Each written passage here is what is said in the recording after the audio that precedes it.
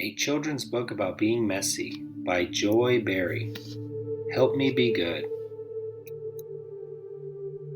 A Children's Book About Being Messy by Joy Berry. This book is about Annie. Reading about Annie can help you understand and deal with being messy. Dad walks into Annie's room and says, "What a mess!" Rabbit thinks, "I'll say." You are being messy when you spill food on your clothes or drop food on the furniture or floor.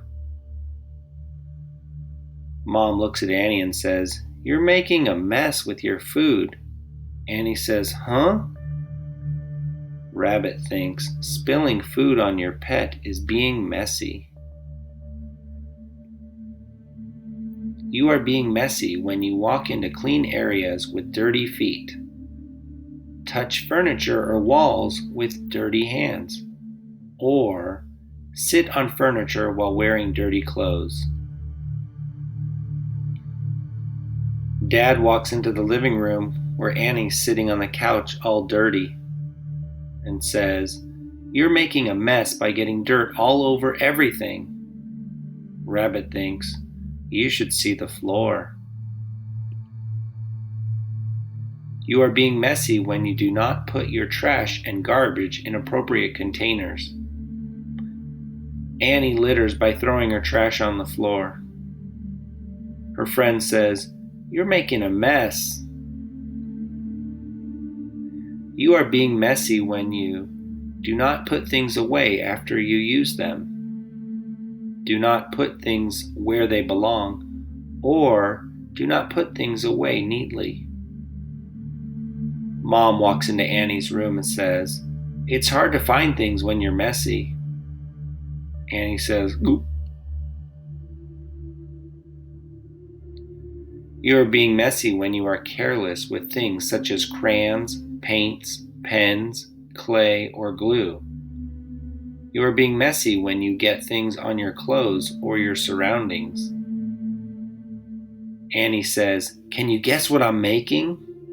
Annie's brother says, "It looks like you're making a mess."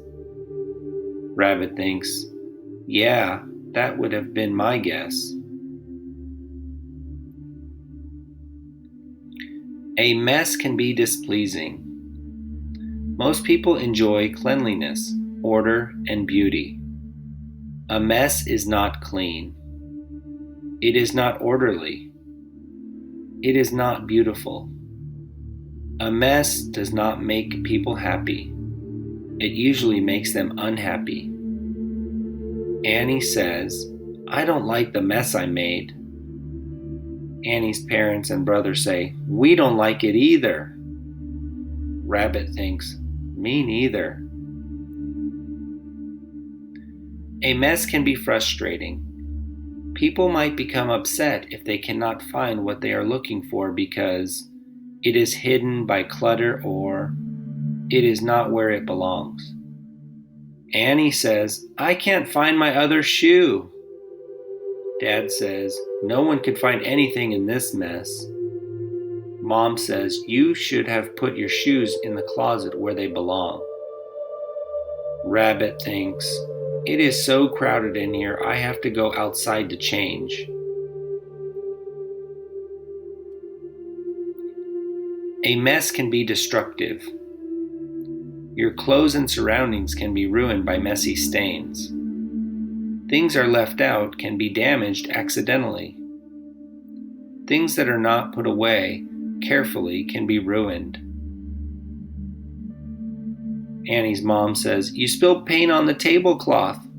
"Uh-oh," Annie says. Annie's brother says, "You didn't put my paints away and now they're all dried out." Dad said, "You ruined this paper by stuffing it in the drawer." Rabbit thinks, "Not to mention ruining my fur." A mess can be dangerous. People can slip and possibly fall because of messy spills. People can trip over things that are out of place. Mom calls, Did you remember to pick up your toys? Dad walks in and slips on the car. Zing! Annie says, "Oh no, last week he slipped on a banana peel I dropped."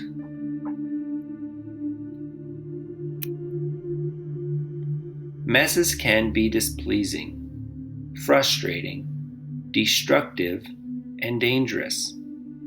This is why you should not be messy. An accident can cause a mess. You can avoid accidental messes by being careful. Annie says, "It was an accident." Mom says, "I understand, but next time you need to be more careful." Rabbit thinks, "Phew." There are things you can do to avoid messes. To prevent a mess, cover your clothes before you do something that might be messy. Use a napkin, apron, or smock. Protect the area where you are working by covering it with newspapers, an old sheet, or a tablecloth. Annie's mom sees Annie painting and says, "Thank you for putting newspaper under your easel, Annie." Rabbit thinks, "Oops, I'm sure glad there was paper there." To prevent a mess, keep yourself and your clothes as clean as possible. Wash your hands before you touch clean things. Get the dirt, mud, or sand off your feet before you walk into a clean area. Mom sees Annie wiping her feet before she comes in the house and says, "Thank you for cleaning the mud off your shoes before you come into the house." To prevent a mess, do not litter. Put trash in a trash container. Put garbage in a garbage disposal or container. Put things away when you are finished using them. Put things away neatly where they belong. Dad sees Annie putting her clothes away and says, "You're doing a great job, Annie." Rabbit thinks, "I'll say." You and the people around you will be happier if you avoid being messy. Annie says, "No more mess."